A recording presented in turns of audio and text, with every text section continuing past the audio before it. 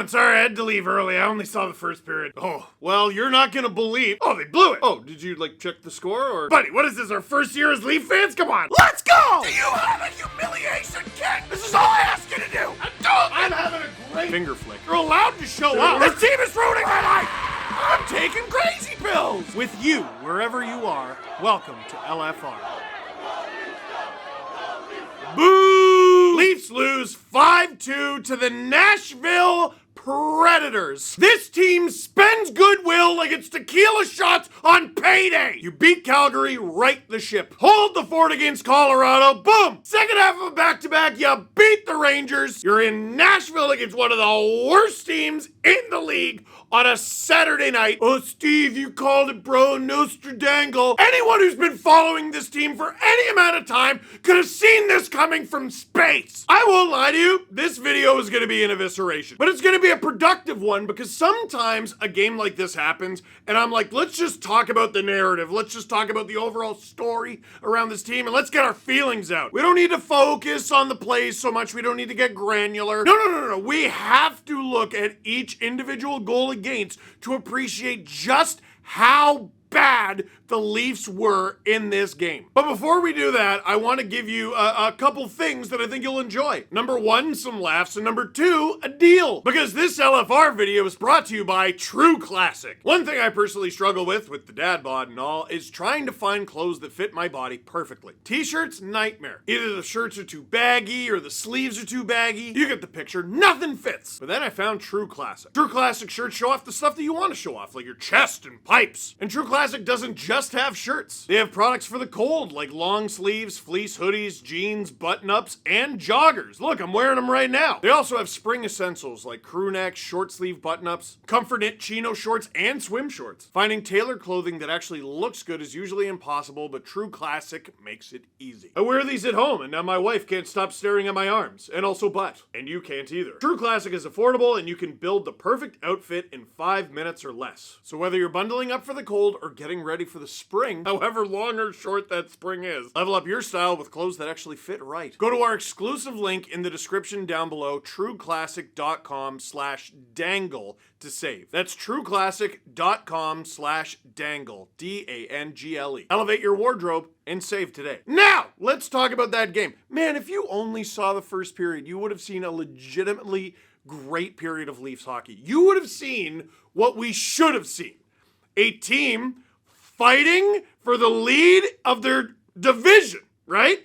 Against a team that stinks. Like, dude, Nashville, bless the city, bless the jerseys, bless all the fun they have, and the music. The other night they had a bongo anthem.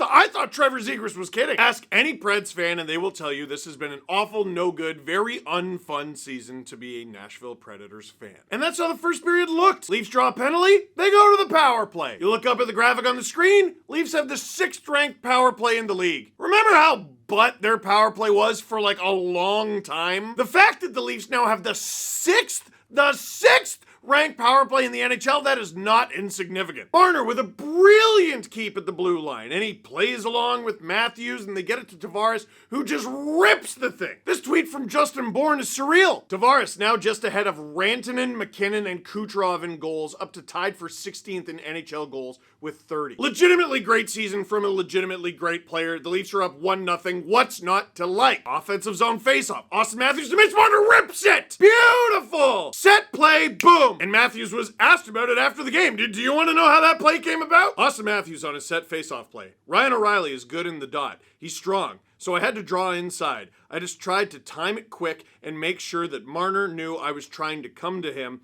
and it ended up working out.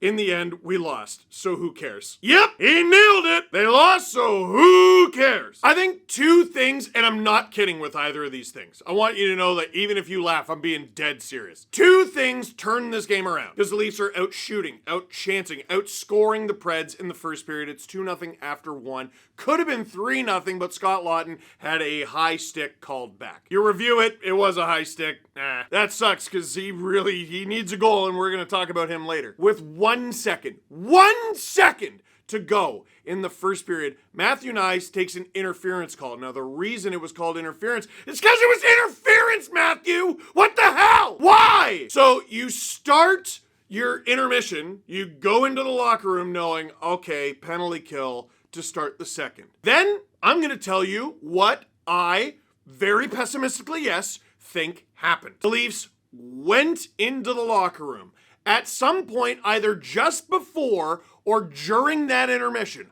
While the Leafs were in the locker room, the Utah HC beat the Tampa Bay Lightning. And they also might have learned during that intermission, I'm not sure, that the Florida Panthers lost to the Washington Capitals. So guess what that means? If the Leafs win this game, heck, if the Leafs go to overtime and get a point and lose, they get sole possession of first place in the Atlantic Division. And what this team does, time and time and time and time and time and time and time and time and time again, what this team does is they will build you up to believe in them and then completely crumble under the pressure. All right, we're losing 3-1 to Boston. Again. No one believes in us. Again. Guess what we're gonna do? A big ol' win in Game 5. Guess what we're gonna do? A big ol' win in Game 6. Game 7. Hey, guess what? We're leading in the third. Give up a game-tying goal immediately. Overtime, you know the rest. Dude, they're up 3-1 in the series against Montreal. Then in Games 5 and 6, the only moments in those games where the Leafs looked like they had a remote chance of winning are the moments where they were down and out and no one believed in them. When the pressure is off of this team, they're unstoppable. When the pressure's on, when the lights are bright, they shake and wilt like the crappy Christmas tree from a Charlie Brown Christmas. And you might think that that's extrapolating a lot for a regular season loss to Nashville. Nope, I've done this. So have you. You're just refusing to see it, and I don't know why. Listen, I'm talking about the story right now. I'm talking about why I'm mad at the Leafs. Here's how bad they were. First of all, after chancing out scoring the Preds in the first period, the Leafs got 9 shots in roughly the next 35 minutes. So that is between the beginning of the second period and about 5 minutes to go in the third. The Leafs, after they kill the penalty, which they had a couple of in the third period, they pull the goalie and they get a few extra attacker shots, and yeah. Prior to pulling wool, this team had nothing. The second period starts innocently enough. The Predators' power play doesn't look like it can get anything going. Now there's a loose puck at the side of the net. Joseph Woll is like, I'm gonna grab this. Svechkov grabs it before him. And you can see everyone react at the same time, oh no! And Michael Bunting like, oh yes. Puck comes to him, Mitch Marner turns around, oh no! It's a good shot and it goes in. Hard-working play by the Preds and they score a power play goal. I'm not even gonna dump on the PK on this one. I'm not even gonna do it. At the end of the day, Matthew Nyes should have never, ever taken that penalty with a second to go in the first. Why, how come? If you go back and watch, the ref didn't even want to call the penalty. He puts his hand up like, why? So, okay, now the Leafs, despite having an immaculate first period, they're only up 1. Oh no. You know what's the great thing about being up 1 is you're up! Well, they promptly barf that all over themselves. Now, about halfway through the second period, fourth line is on the ice. Fourth line didn't have a great night, and the knives are out for Scott Laughton. I'm going to defend him in this video, and you're not going to like me for it. But I'm going to show you 2 goals that the fourth line was on for, and it's not his fault. Here's Jake McCabe pinching in the Predators zone. Now, he's pinching, and he got a little bit of flack for it on the broadcast, but David Kampf is there. He's pinching because he's got support. What happens literally 2 seconds later? David Kampf gets caught flat-footed at the blue line, and now it's an easy odd man rush for the Nashville Predators. Puck goes the other way. Kiefer Bellows, who used to be a Leaf, just like Michael Bunting. Well, Kiefer Bellows was a Marley. Bunting was a Leaf. So we're just getting it from all corners of the organization. Are there any Solar Bears? Are there any Newfoundland Growlers? Ah! Anyway, Preds get an odd man rush. Kiefer Bellows can rip the thing. Marlies fans know that. And guess what? It's tied 2-2. Dude, the fourth line is not a thing. It's not a thing. It's not a thing. What is a fourth line with David Kampf in the middle, Steven Lorentz on the right, and Scott Laughton on the left? What is that? What is that? What does that do? What is the role? Are they like hard checking? Are they forechecking? Are they really defensively sound? Are they going to chip in a few goals? What is it? What is it? What do they do? It is what the fourth line has been in a lot of games since the trade deadline. It is a collection of 3 random men, and that's not good enough. Especially when your third line is Domi in the middle. Oh, okay. I mean, lately, okay, sure. Robertson on the right, very quickly losing me, and Pontus Holmberg, who is the definition of guy. Anyway, I'm getting caught up. That's a conversation for later in the video. The Leafs get so much worse. End of the second period. Another final minute of the period goal against for the Leafs. Neutral zone battle for the puck. This one is McCabe and this one is Matthews. Just sort of going, huh, at the puck. Now, look at Ryan O'Reilly trailing. He's still in his own zone. He reads this play perfectly. So does the other Pred on this play. Unfortunately, I can't see their number. I don't know who they are. Doesn't matter.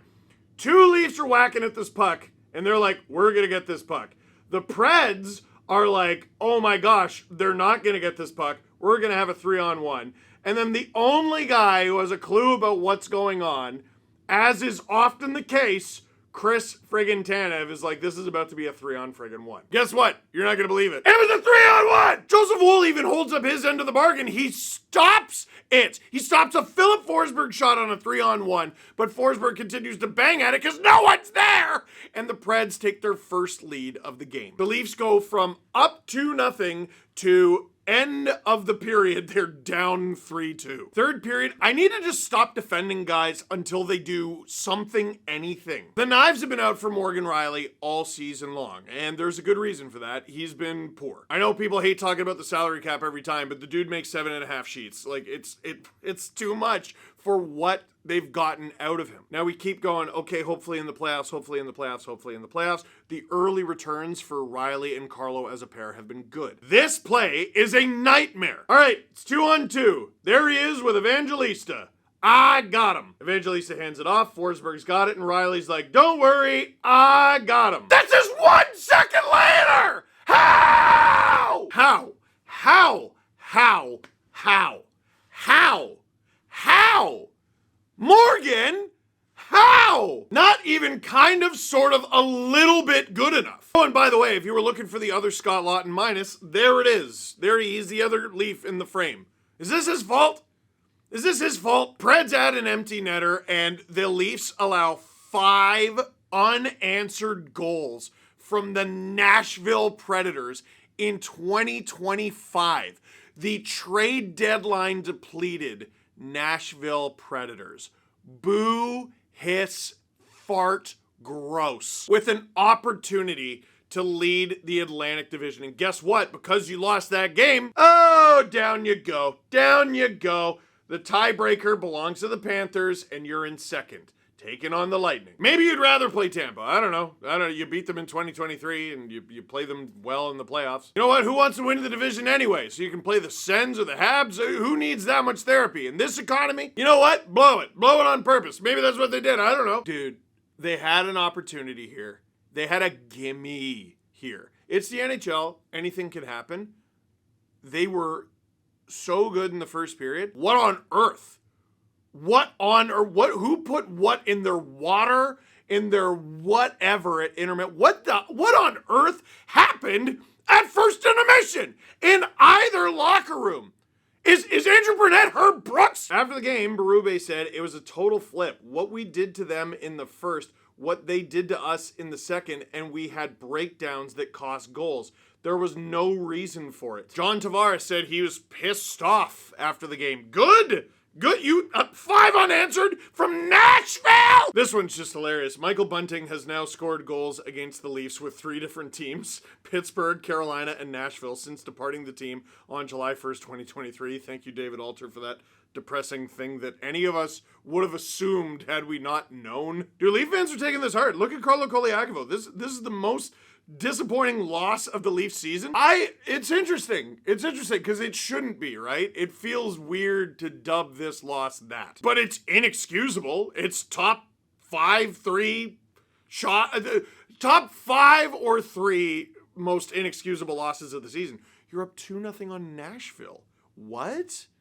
With the chance to win the division. What? How badly did you feel for Laughton's goal being called back? Dude, really bad. The dude, his body language is awful. He is fighting it and not having a good time right now at all.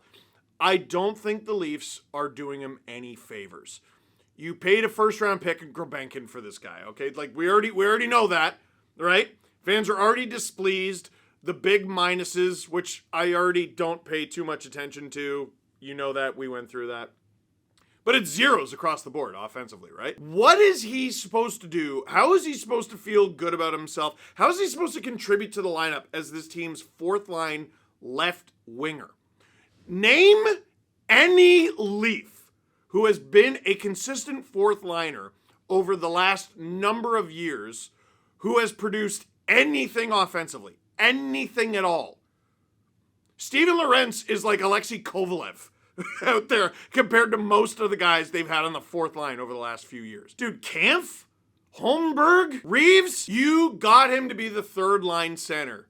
Make him that. Robertson's been getting eaten alive in the defensive end. If you have to kick him out of the lineup or put him on the fourth line, whatever you got to do. If you got it, whatever, Domi on the right, Lawton in the middle, someone else on the left. Fine. You don't like that combination? Okay, fine. Put someone else there. Yarncroke should be in this lineup.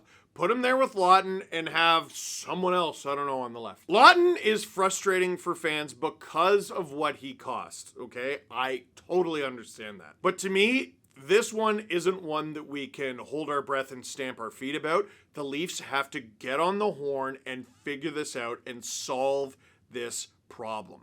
This is a good player. He's been a good player for a long time, okay? People are talking about, oh, a healthy scratch, and oh, he's a fourth liner, What? No!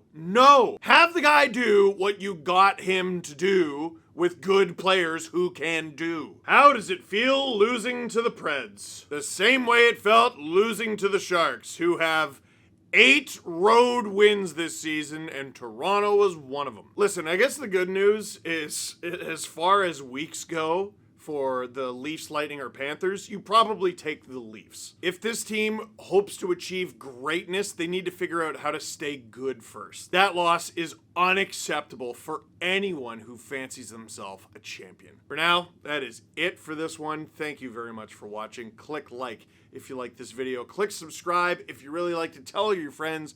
Link in the description down below. Myself, Adam, and Jesse are heading to San Jose, and part of that trip, the Leafs are going to be there playing the Sharks. Ooh, do you want to be there? Do you want to see us at the Leafs-Sharks game, at the Sharks-Rangers game, 2 different Barracuda games? Link in the description down below, and we'll see you there.